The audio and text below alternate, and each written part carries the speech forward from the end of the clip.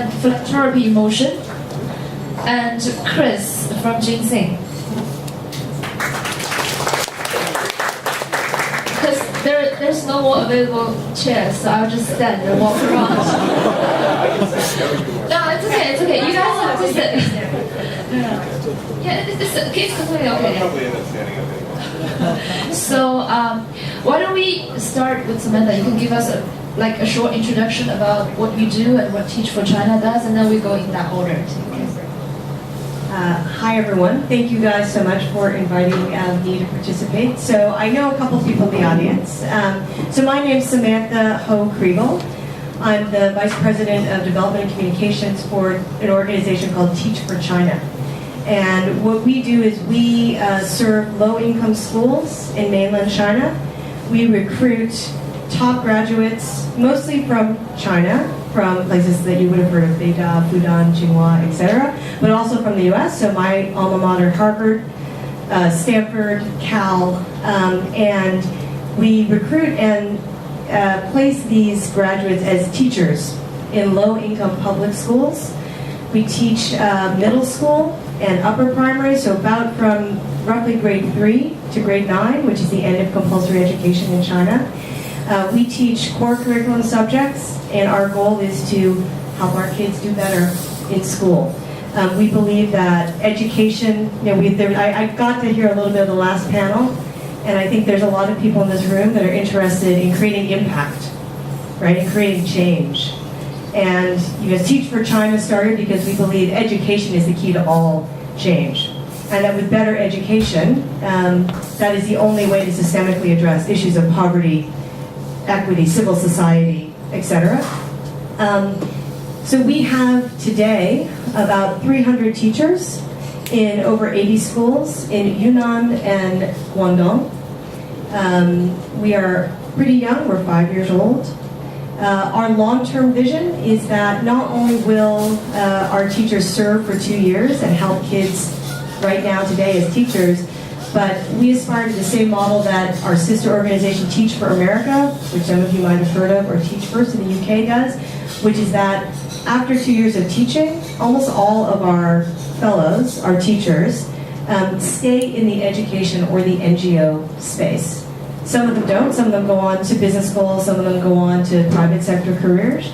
But our goal is to help create a movement of lifelong leaders in education. So that's a little bit about Teach for China.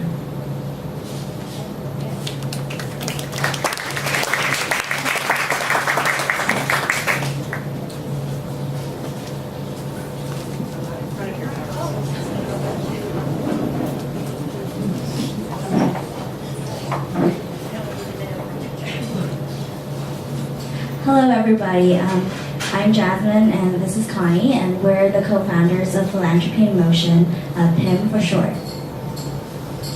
So Jasmine and I have founded PIM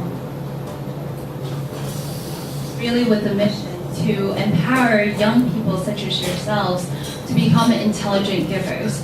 So at the beginning of this workshop, Ming had defined strategic philanthropy as mostly a space in which corporations get involved in.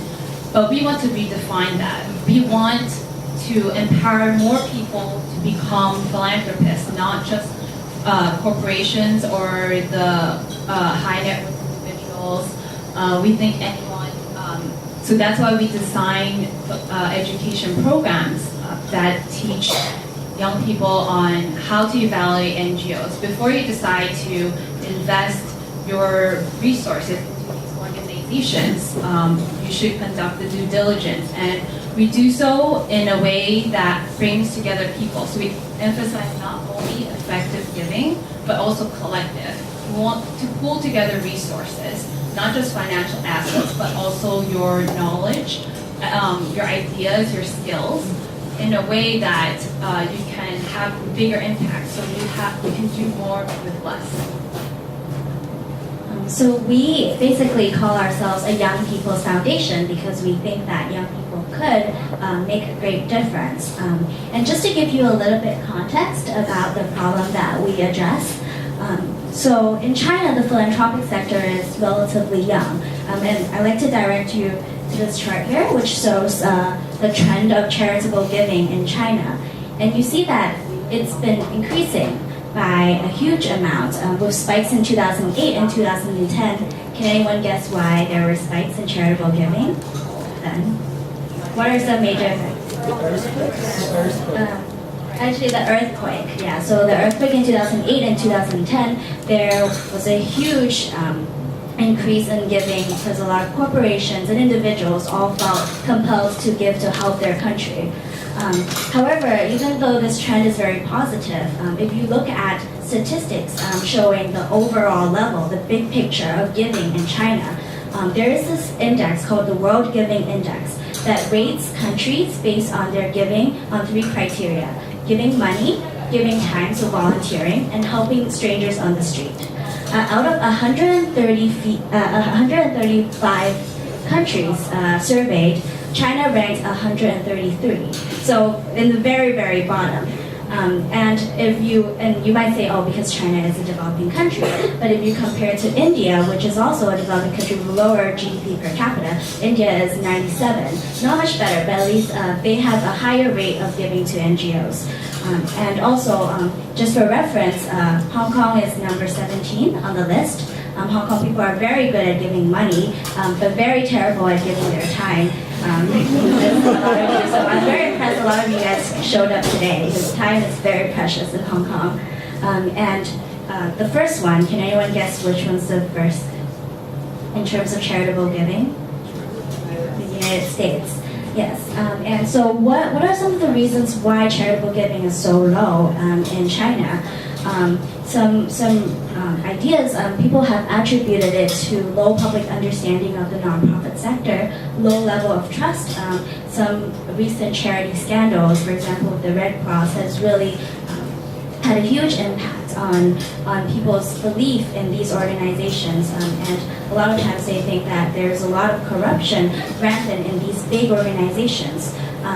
And these big organizations are the ones that people really think about, but a lot of times in China, like the work is done by small and medium organizations that get very little publicity.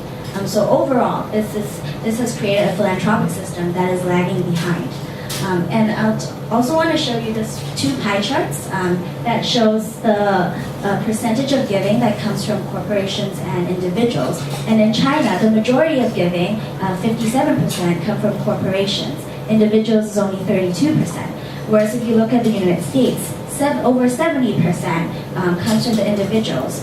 And what we think is that as China's purchasing power grows and economic clout grows, more and more individuals want to give back to their society, and they also want to make a decision about how their money is used. So instead of having the corporation make the decision for them, they want to conduct the due diligence themselves. They want to identify good organizations, which is why we come in.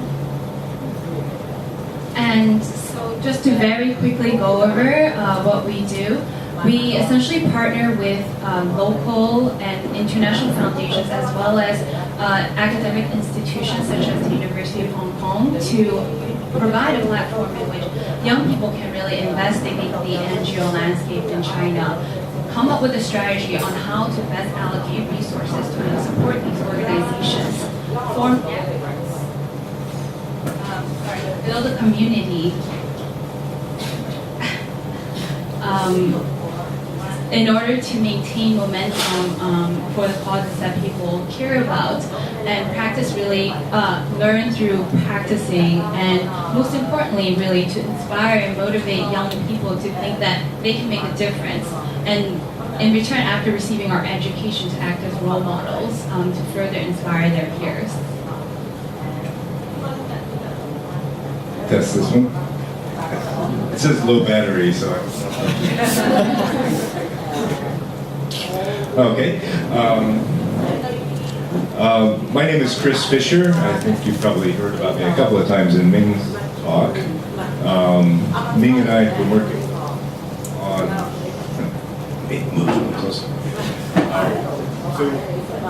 Essentially, Ming and I have been working to establish this group called Ginseng, along with several other co-founders. We have a big group of people, about 25 people that have been working on this. Actually started working on this back a year and a half ago. We formally launched last November, and as Ming suggested before, we're essentially a platform for learning about impact investing. Now this is a very broad, impact investing in general is a very broad topic, right? It spans all the way from like public equities, social impact bonds, all the way over to earlier stage kind of private equity style, venture capital, early stage, seed. Looking at where we've been so far, and potentially ginseng could play a role across that entire spectrum, I would imagine, but at the point where we are in Hong Kong right now, with the evolution of the social enterprise environment and the impact investing environment, we're focusing right now on the earlier stage, so kind of seed, venture, and also due to the size of our fund right now, we're kind of staying away from the growth, and not that there's that many growth opportunities really to invest in Hong Kong. So just to lay out kind of where we're at, we're kind of in the earlier stage right now. Now, the main objective, we're really trying to engage professionals in the finance industry, legal industry, in operating companies, all across the spectrum of business to help improve the social enterprises that we have in the environment, or to also give an alternative for entrepreneurially oriented people who want to start a social enterprise, or maybe they want to start a business. Give them an opportunity to do both at the same time.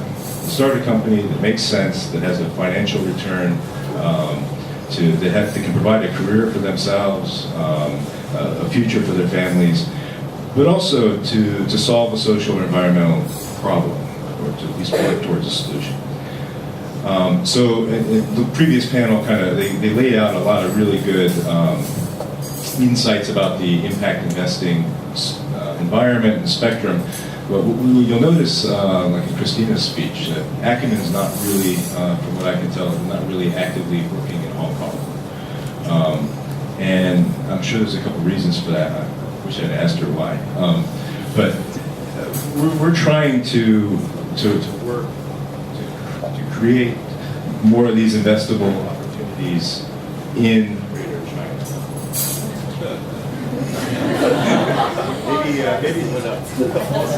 Maybe somebody could create a company to make microphones that somehow solve the world problem. So this is very new. We've just kicked off really in last November. We're trying to motivate young people, professionals, people to get involved and to help us form ginseng in a good direction. So a lot of it's evolving. I can't say a whole lot about any formal structure or what we invest in or what our metrics are right now, because the whole point really is for us to engage professionals in Hong Kong that have experience in Hong Kong to kind of come up with these things and to apply what we can learn from impact investing in other countries to Hong Kong.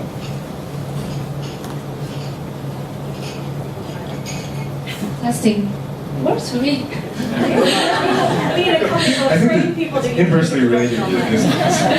So thank you guys. So the reason why I brought this panel together is because we have a lot of very interesting models in this panel about how to get involved. Teach for China requires a lot of commitment because it's a 2-year program in the rural area in China. And ginseng requires more financial commitment because they're asking you for money. And Pim has some sort of more. It's not just you, sorry.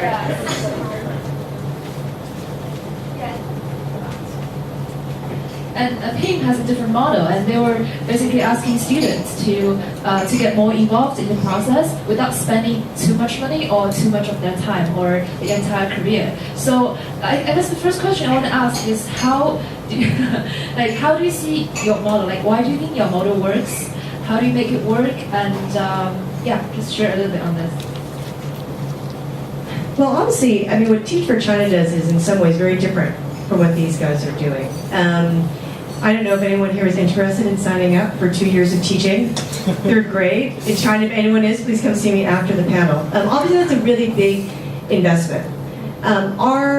What I said before, though, is I think important to keep in mind. We're actually looking for people in whom that 2-year experience is us investing in them. As you guys know, if you start looking at NGOs in China, China is a very, very difficult place to operate in. Either as a for-profit, so my previous life, I used to work for McKinsey, it's really hard to run a business in China. I know many people know that. It's really, really hard to run an NGO in China.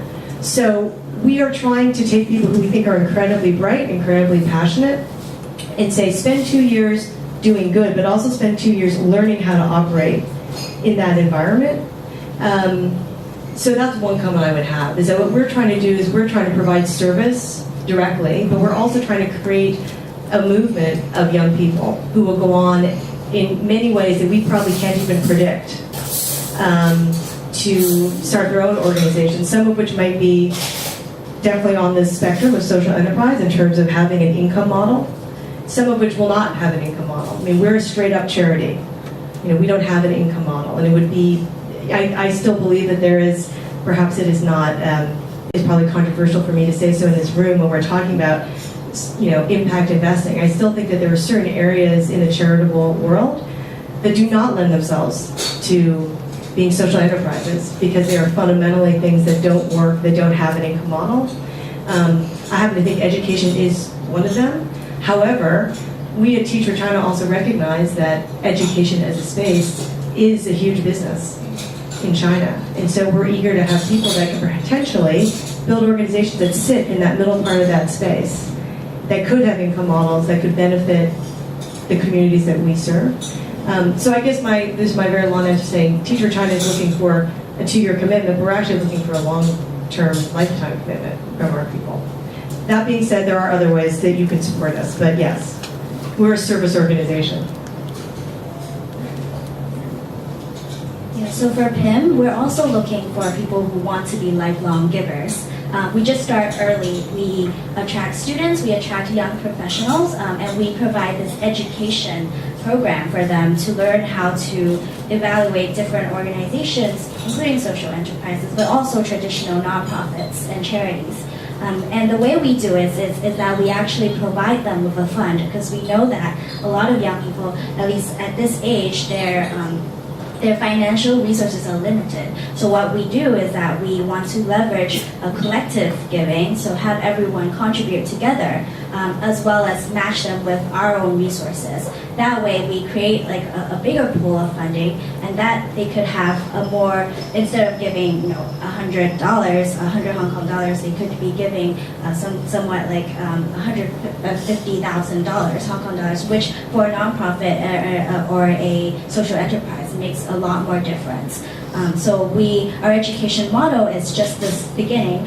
What we're trying to do is also to create a community for people to support each other and continue to give collectively as a whole. And the reason why we think collective giving is one of the most rewarding ways of giving is that you learn from each other, not just from experts. A lot of discussions and your own personal values and interests come together, and this is something we see as could be potentially life-changing for a lot of people.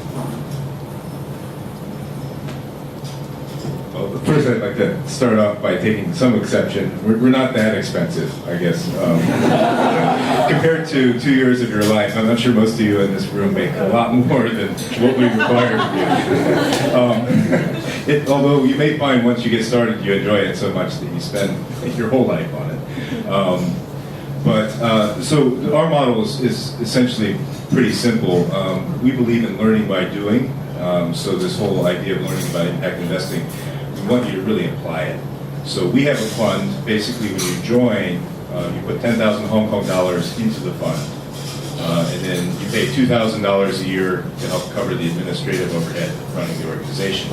And then essentially, you engage in actually sourcing deals, talking to entrepreneurs, giving them ideas, listening to their ideas, helping them build business plans, executive summaries, helping them market their business plan. And through that process, you try to get the company or the SE to an investable level. Once it's at an investable level, then we're still kind of working on the structure, how we actually physically do this in ginseng, but there will be some investment committee that would consider that investment and potentially deploy capital into that investment. So then you also get to learn by doing in terms of portfolio management, monitoring the company, advising it, sitting on board, this kind of thing. This is pretty invaluable experience, I think, for young people, where it's often hard, in a corporate environment or in a private equity environment to get your hands that much on a deal. So that's kind of what our model. I think we're a little different because we're almost kind of doing that, trying to engage young professionals in this practice. So I guess this question is more for Teach for China and Pim. So you guys talked about long-term lifetime investment or commitment in this area. So how exactly do you do that? So how do you expect, say, a Teach for China fellow after 2 years of teaching in a village in China, how do you expect them to continue support and commit to either Teach for China or education field in general? Are there any specific ways you guys are doing it? And I guess for Pim, you also talked about lifetime givers or lifetime development, but you guys are running on a more summer program basis. So after that, how do you expect people to continue support your organization as specific or the education field in general?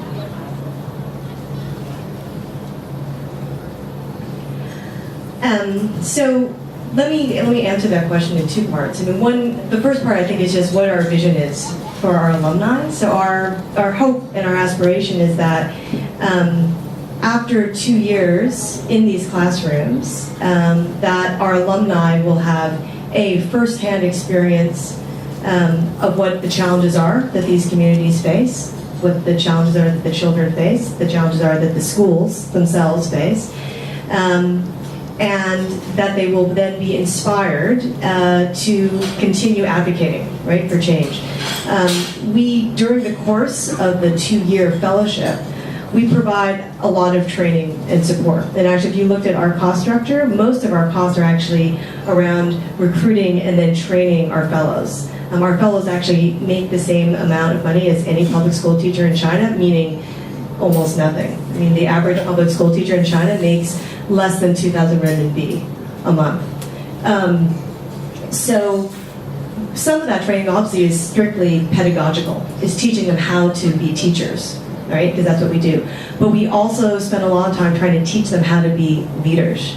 And more actually, we are trying to teach them how to be strong entrepreneurial leaders, because we see the opportunity in China to build, as the NGO sector in China opens up and expands and the government creates more space for NGOs to operate, we see there being a huge opportunity for people to start social enterprises and NGOs. So we do that. We have mentor programs, we provide different training programs throughout the fellowship, and then we continue to do that. We have an alumni impact team that works with our alumni. Part of that is just social networking and creating a community, because I agree very much, having a community is the best way to learn, and so people learn from each other, and we share best practices, we share experiences. But we are also, as we go further down this journey, we're becoming more systematic in terms of trying to have structured programming for our alumni. So that's the way that we try to approach it.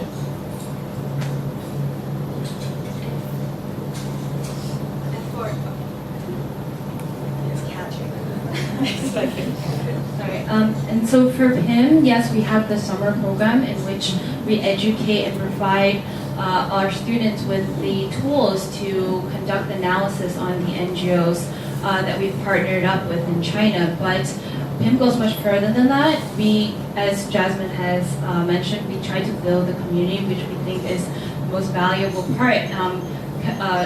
Showing our students that it's possible to engage in the social sector, not necessarily from the very beginning. You don't have to commit full time. Maybe you can devote part of your time to a social cause that you care about, but knowing that other people have done the same and you can walk in their shoes.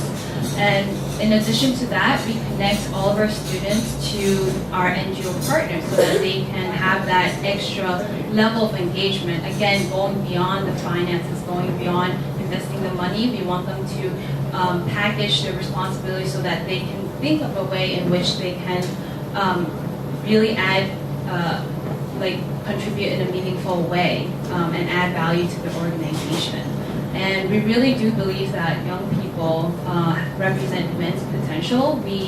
Once they are able to be able to analyze the organizations, we build up that confidence to continue giving in the future.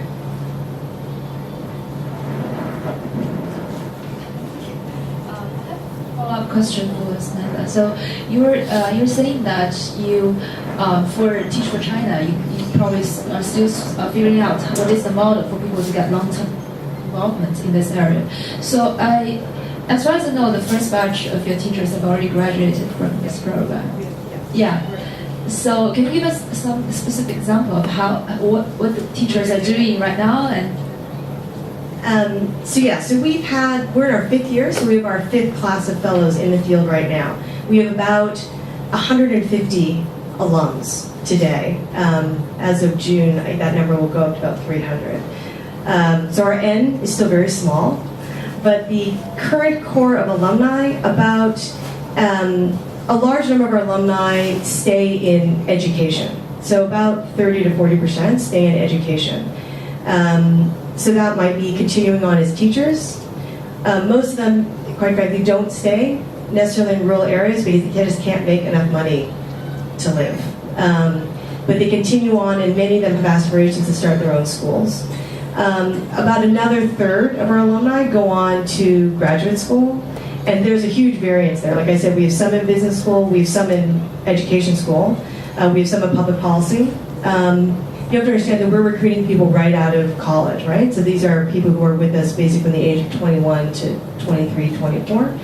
And then we have, what does that leave us? About 20, 25, 30% they go in and they go into the private sector and work. Again, there is a huge variation. So we are very excited because last year we had 2 firsts. We had our first alum who went to work for Goldman Sachs. That was very exciting. And then we had our first alum who actually was hired by the Yunnan Provincial Education Bureau, the same bureau who initially actually didn't want Teach for China in their schools, now has an alum.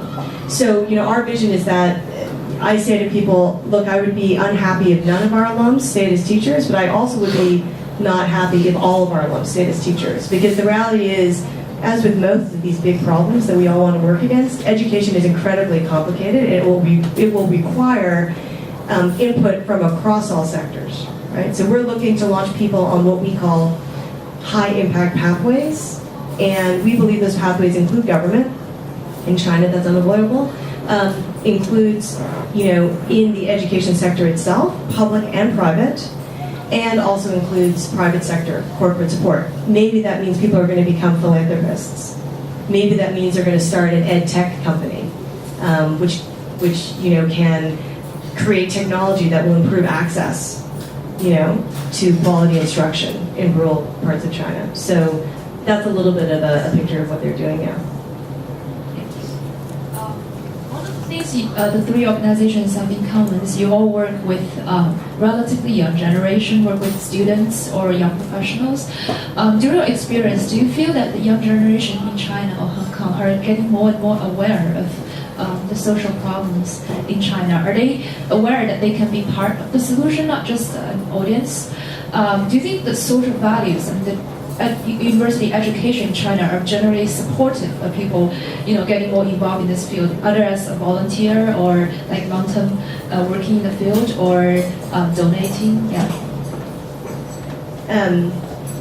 Well, so we obviously, Teach for China has a lot of experience and perspectives on this because we recruit people directly from mainland China. And I have to say, when I first met Teach for China, one of the questions that I asked our CEO that I was most skeptical about, frankly, was, how will you find young mainland Chinese graduating from these universities that want to go and spend 2 years making no money, living in really difficult conditions? Again, in my previous life, and I think probably a lot of you similar background, working for McKinsey or working for a bank, I know that there are many, many extremely bright and capable mainland Chinese, but I had not myself met very many who were interested in doing service. I would say, actually, I've been pleasantly surprised. Again, when we're recruiting at Beida, we're trying to recruit the same people that McKinsey recruits or that Goldman recruits. We're looking for exactly the same qualities. And for example, I don't have the numbers for this year, but last year we received 3,000 applications. So we were able to be very selective. So you remember, we have 300 people in the field. So we were able to be very, very selective with our applications. We continue to see the number of people who will apply to our fellowship as one of the biggest constraints to growth. I mean, the other one is funding, so I'm glad we're all talking about philanthropy here. But I have to say, I've been really pleasantly surprised. There are people that, especially the younger generation, I think that there is a cultural shift going on in the mainland where people are much more aware of these social problems and that there is an opportunity for them to play a role, whether that be as a philanthropist or in terms of directly providing service. But I would also say, again, this is from the perspective of an organization trying to run a service program, there remain some structural barriers. So I'll give you an example. The Chinese government gives incentives to employers to employ new college graduates. This is part of what they do to kind of try to maintain high levels of employment. Our fellows, in some cases, because they are not fresh graduates, so even though they're just 2 years out of college and they haven't had a real paying private sector job, are actually on some campuses banned from participating in on-campus recruiting. So my college, I could still go back today and access the recruiting facilities and resources. But if you go to Beida, Fudan, Tsinghua, that's not necessarily true. So they kind of, in an indirect way, have a system in place that penalizes people like our fellows who choose to spend 2 years doing service.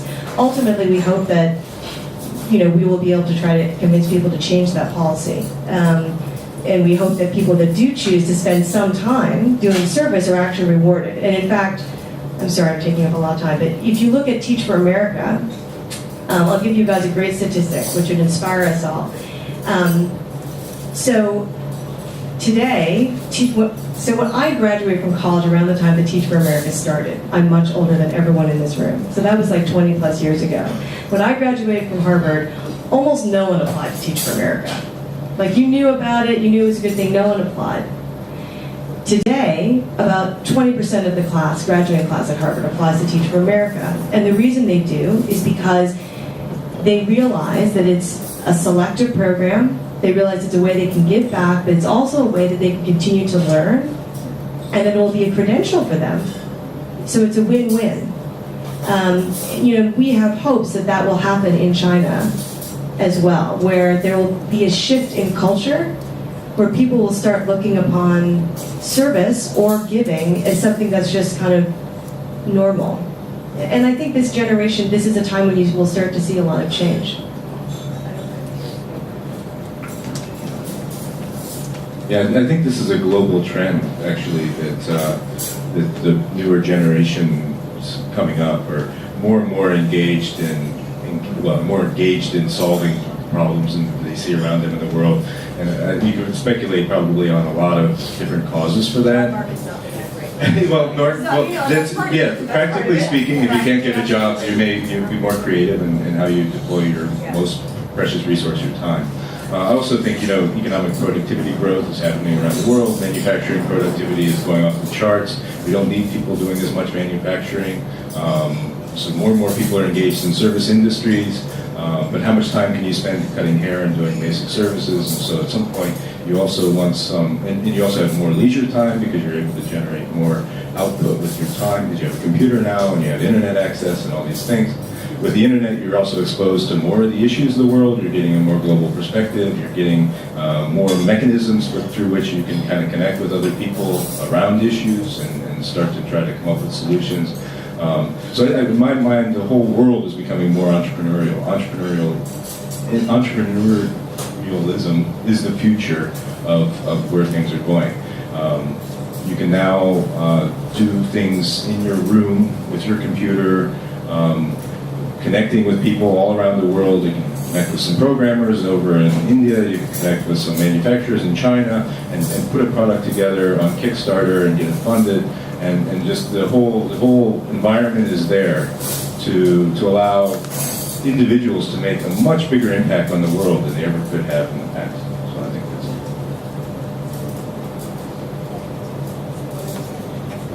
I know I'm bleeding over into the expertise of my co-panelists here when I talk about philanthropy, but I think also we should also put the context of China's the philanthropic and the NGO environment in China into the context of the whole world as well, because it's very false to look at the U.S. versus China, right? Like in fact, the U.S. is much more philanthropic than any other country, right? So it's not like it's just China versus the U.S. and Europe. And Europe is also much less philanthropic than the U.S. But all of that is changing, and there are other systemic things that change the nature of philanthropy as well. Like for example, historically in Europe or in Asia, cultural organizations, schools were funded by government. Okay, that is changing. Those fundamental economics are fundamentally changing, and so that's going to drive, hopefully, more people to recognize how important it is as individual citizens to be philanthropic, whether it's with their dollars or with their time or both. So to add a point about universities being also very experimental with philanthropy and with social innovation now. In the U.S., that's been a trend, and a lot of, for example, at Yale, there's a philanthropy course where students got $100,000 US to invest in social organizations. And that's actually not just, that's funded by a foundation called Once Upon a Time Foundation that funds 20 different universities to do these types of courses. And here in China and in Hong Kong, there are more and more schools that are also interested in engaging students in doing these types of work. They realize that this type of investment is not just about academic or kind of professional training. There is a increasing awareness that you need to prepare people to become global citizens who are socially responsible. And so there are these types of courses in China and Hong Kong, but it's still very rare. And in terms of students, what they've been doing, a lot of them are more interested in volunteering. So there are a lot of summer programs for volunteering in rural areas. But the level of professionalism, I think that's still one of the limitations in terms of scaling up and really having it. So people see it more as an extracurricular activity, but not so much as something that would spill over into their careers later on. And that's what we also really think should change in the future in terms of what Teach for China has done and other groups is really providing professional opportunities for people to consider careers that have social impact without completely sacrificing their financial independence. Because the statistics are really terrible.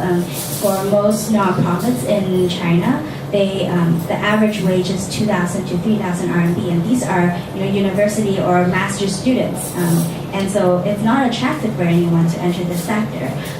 So how do we change that mindset? How do we really make this something of a profession as opposed to, a lot of people think that if you're in a charity, you're a hero, and you shouldn't be taking any money, and you're doing it out of pure kindness of your heart. But we think that this is something that's not just about not just about empathy or not just about sympathy. It's something more. It's what everyone should be involved in trying to build their community in a better place.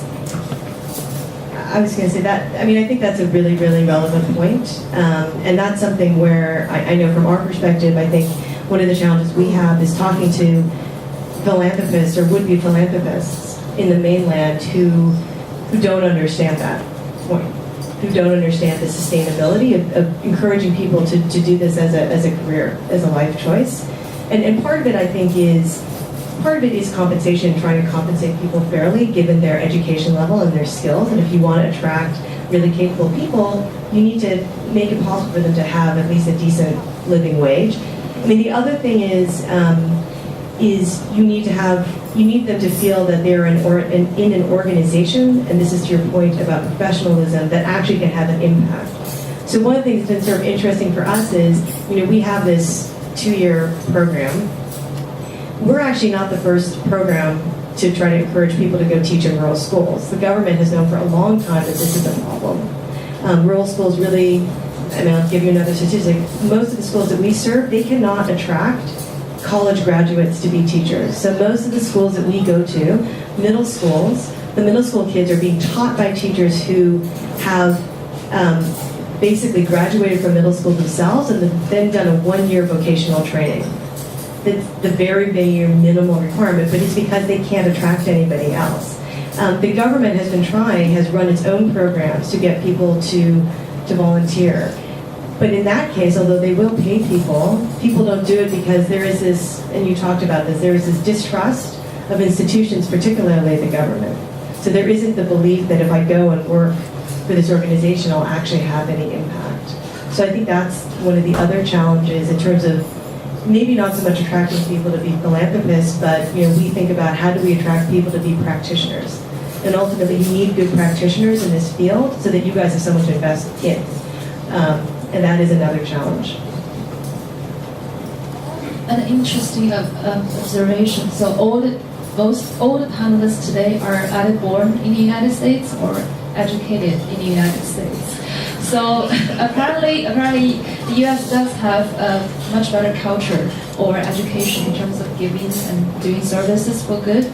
So I guess this is not a question, it's a comment. So I guess China has a lot to catch up, not just the kind of support from the university, but I guess in terms of culture thing, like we need to try to advocate a culture of giving.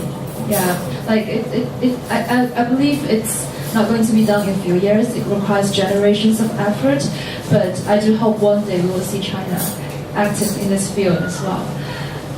Do you have any? Well, I wouldn't say I wouldn't put a relative, better or worse on it. Honestly, I think it's different approaches to how things. And you mentioned Europe a bit, and that's an interesting observation because in Europe you tend to see a belief in government and higher taxes, and then let the government kind of. And so there may not be the same desire among the people to be philanthropic because a lot of the basic needs are being taken care of by redistribution of wealth through taxation. The U.S. takes a very different approach and always has, and is relatively anti-government, especially in the early days. It's kind of gone in a different direction now. So I think it's a philosophical difference, but to your point, I do feel that China's probably, I think that's actually better for the panelists in terms of where China was and where it's going to, but it seems to be heading more towards the autonomous self concept of less communist and more towards capitalist. Well, in China, I think it's not, yes, there's a cultural issue, but in China, as we mentioned with the Red Cross scandal, that has drastically impacted the sector in a negative way. People don't know if they can trust these organizations. I've met many individuals who, this is anecdotal, but I've met many people my age who have the heart to give. They're very interested in becoming involved, but the first question they would ask is, can I trust this organization? Where will my money go? There's very little transparency, very little accountability because of just the legal regulations in place. It's very, very difficult to register yourself as a social organization in China. Almost over 90% of any organization that engages in civil society or has work that has any social cause is actually not registered legally. So that information cannot be publicly available. So it's a matter of linking these two groups, like the young people who are interested or any individuals interested in contributing to the cause with the organization that's doing meaningful work that has impact, that has demonstrated track records. And so it's really a matter of making that information accessible, equipping people with the skills, the tools, and the frameworks in order to do this analysis on their own. Time constraints, we're going to open the questions to the floor. We'll only have time to take 2 questions this time, so. Yeah. We'll take 2 questions first. Thanks. So today's topic is about strategic philanthropy versus impact investing. My question for the panelists is that what is your take on the relationship between the traditional philanthropy, venture philanthropy, or say impact investing? Can they be complementary to each other while not crowding out any resources? Thank you.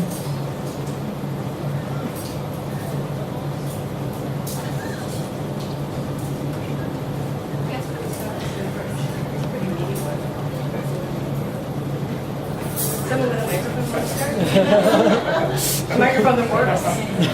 Okay, well, the simple answer is yes, I think there's room for both, for sure. Now, and of course, there'll be varying opinions on this. So my personal philosophy doesn't represent ginseng. There's a spectrum even within ginseng on this.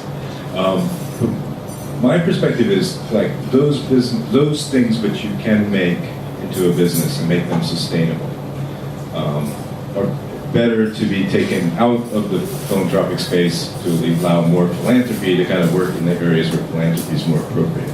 That's my kind of free market mindset around that.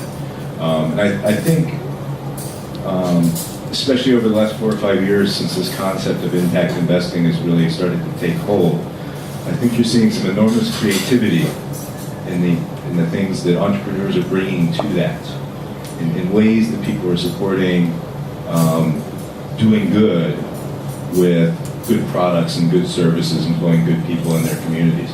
So, I mean, One Earth Designs is a great example of something where, you know, you've got one market which is creating profits, and you've got another market which is benefiting in the social and environmental areas. So, this is something that, you know, you could obviously do it with philanthropy, and I think they were before the previous solar cookers were probably being given through some kind of aid program. But to the extent that you can cross-subsidize, you've created something sustainable.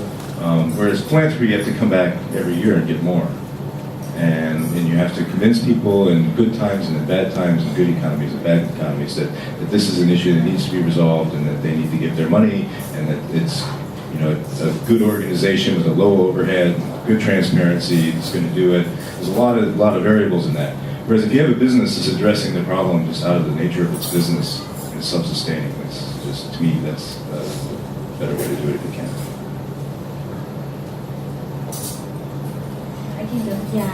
So I think given the scale and scope of the problems, we need both. There is not enough giving in total. You know, there's a lot of investment in stocks and other things, but in philanthropy or impact investment, that's definitely a very, very small slice of the pie right now. And one thing I think the commonality between both is that the emphasis on impact and social impact. Whether you're investing in a social enterprise or if you're investing in a nonprofit or giving a grant to a nonprofit, the idea now is, and this has also been more recent, is how do you define the social impact it is creating? How do you measure it, quantify it, evaluate it? How do you compare between different organizations that are doing the same thing, but one might be more effective than the other in addressing the problem? And these types of more rigorous analysis it's becoming a trend now in both philanthropy and also definitely for impact investment. And I think that's something, it's a very exciting space to enter, to consider how, for example, organizations that are changing mindsets, how do you quantify the change in someone's mindset or their worldview? How do you, things like life saved is easy to measure, but there's certain things that are quality of life that has a lot more nuances to that. And from an academic perspective, also from a practitioner perspective, that's one of the more important questions that we have to address. And I think it's very exciting to see how many people are taking on these hard questions now and trying to come up with solutions to them.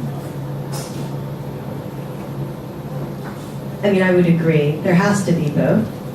I would also agree that if the nature of the problem that you're trying to address lends itself to having some kind of income model that's going to make your life a lot easier.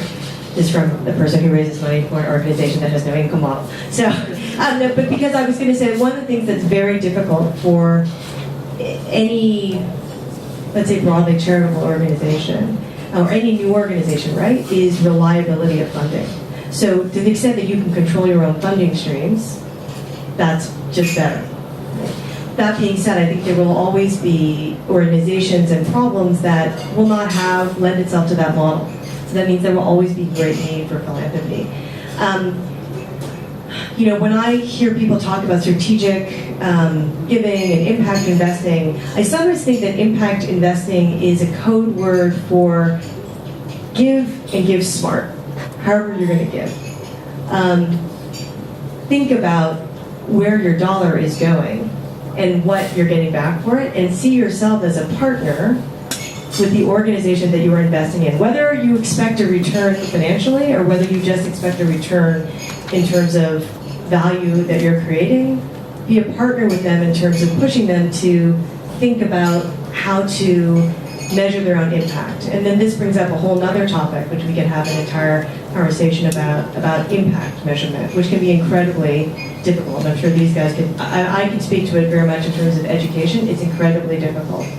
But it's something that I think, one of the very positive things that has come out of the impact investing becoming a much bigger deal and a much higher profile thing, is that I think it will push the NGO sector to become much more rigorous in terms of impact measurement. And that's not to say that everyone has to change their model, but I think it has to say that we all have to be honest with ourselves in terms of understanding what is working, what is not working, where we can become more efficient, etc. And then I will have one other counter argument, which is, again, because we are talking a lot about China, Teach for China, I still consider us a pretty small organization. Our total budget is, $6 million US. We're not big, but in China we are huge. And so the one thing I would say to people who are looking to be, investing in charities in China is that you also have to recognize a lot of the charities are very small. And so their ability to report and track is not as great as we here in Hong Kong might expect. And I think that would be the only other thing I would ask people to think about. Again, we're one of the bigger private NGOs that exist. And we only recently, I would say in the last several years, have had the ability to really effectively report. And even so, we have a lot of room for improvement. So I think that would be another interesting area to discuss. Thank you. Thank you for the panel. We're going to head to the networking session, but before we're really sorry, we're actually really running out of time because we need 3 more minutes of your time to listen to another small presentation. So I was approached by a group of young and passionate people. They started a volunteer program in Tibet, and then they really want to take 3 more minutes of your time to introduce about the program. So yeah. Some kids who were forgotten by the majority of our society. They are orphans, and most of the kids are physically challenged. And the kids have something in common. They all call this Jackson Chumik School and Orphanage home. And they celebrate the birthday on the same day, June the 1st, because most of the kids don't exactly know their birthdays.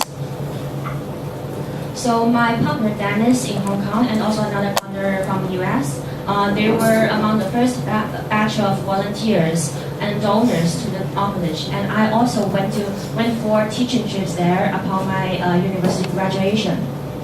I will never forget the eagerness to learn from those kids. They will write down every single word you say in class. And every question I ask, all hands are raised up and try to answer the questions. And for me, the kids in Jackson are incredible because they smile and laugh every day, and also you can't feel any agony from their happiness. The situation in the orphanage was not that good. There was no electricity in the classroom, and it was only one area with tap water in the whole campus. But the students really cherish the resources they have. Even a tiny piece of short chalk, nobody will throw it away, and they will choose to use the shortest chalk in order to write on the blackboard. And they will leave the better chalks for me and for other teachers. Behind the smiles and laughters, I guess every Jackson kid has a story. Most of them a very sad story. Like this young boy named Lobsan Tanzing. He was brought by tourists from the Nepal border. At the time the tourists saw him, there was no adults taking care of the kids. And he was sitting aside by a rubbish area and picking up worms and rubbish from the ground to his mouth to eat. By the time he was brought to Jackson, he could not even speak Tibetan language. Although our staff in this orphanage helped him to practice language every day, up to now he can only speak 1 or 2 simple words. And because of the time, I won't talk about the next 2 stories, but I want to show you what we've done in the past 3 years. We've raised, before 2010, the kids are living in some old dormitories where the rooms are really crowded, and most of the time 2 or 3 kids need to share one bed together.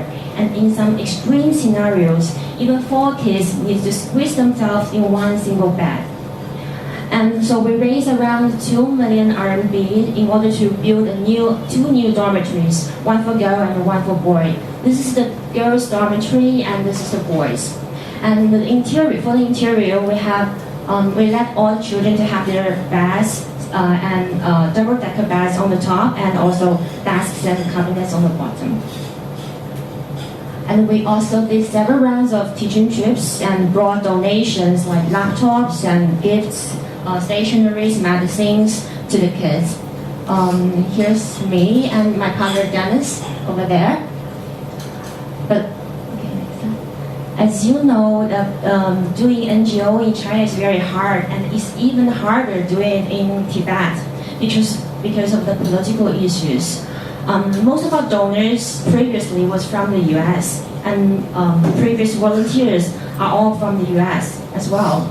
However, our headmaster was invited to have a cup of tea in the police station last year, and was forced to make a declaration that she did not and will not accept donation from foreign countries. So that's why we need your help. We wish to shift our focus of donation from US to Hong Kong, and we wish that all of you can help us in the following 4 ways. First of all, there are currently 26 kids attending universities. Some of the smart kids even went to medical schools and law schools in top universities in China. And the expenses can be very high, but on average, it's around 10K RMB for one kid. I wish that some of you could be willing to sponsor 1 or 2 kids and become a mentor for the kids. And next, we're also raising funds to reimburse the operating expenses for school. As you know, some of the kids have diseases, eye diseases waiting for operation, and also gallstone and appendicitis are 2 common diseases among the kids, which need immediate attention before the diseases develop to be some life-threatening issue. And also the teachers and nannies' salary, they were badly, the teachers and nannies on average receive less than 800 RMB every month. And we're not able to attract really quality teachers and nannies to the orphanage. And the other thing that we think you might willing to help is the professional volunteering. It's not like a 2-year commitment, just several weeks or a month during summertime. will be okay. And we hope that you may have the skills of physiotherapy or nursing and medical, because a lot of the kids are handicapped. And also, if you have some special talents in art and painting, or like you want to teach English and math, is also doable. We can arrange for 2 weeks or 3 weeks intense teaching class in the orphanage. And also, there is a workshop making Tibetan traditional souvenirs associated with the orphanage. And all the staff they hire are handicapped people, and some of them were previously orphans raised by the orphanage. So if you pay a visit to Tibet, to Lhasa, you can visit the school directly and buy some souvenirs from their workshop. That money goes to support the orphanage as well. Or you can buy the souvenirs from our website through PayPal as well. So my partner Dennis and I incorporate the registered charity in Hong Kong, which is approved by the Inland Revenue Department to that our donors can claim tax credit by donation to us. And our website is here. Our contact MCCG, you can contact me directly. And also we're looking at other orphanages and underprivileged ethnic minority kids in Hong Kong and in other parts of China. I think I bring a sheet of paper here, and I hope you can sign up for the newsletter, and I will let you inform our recent developments, and also if you are interested, you can contact me. Could you help me pass it on? Thank you very much for your time. We're going to wrap up now. The outdoor areas they're open for networking, and if the speakers will still stay here for a bit. Thank you again for coming. I was pleasantly surprised with the turnout of this forum, and then the fact that many people actually came from mainland China to Hong Kong for that forum. So I guess there are a lot of hopes in China in terms of yeah. So thank you again, and I hope you enjoyed it. And let's move up.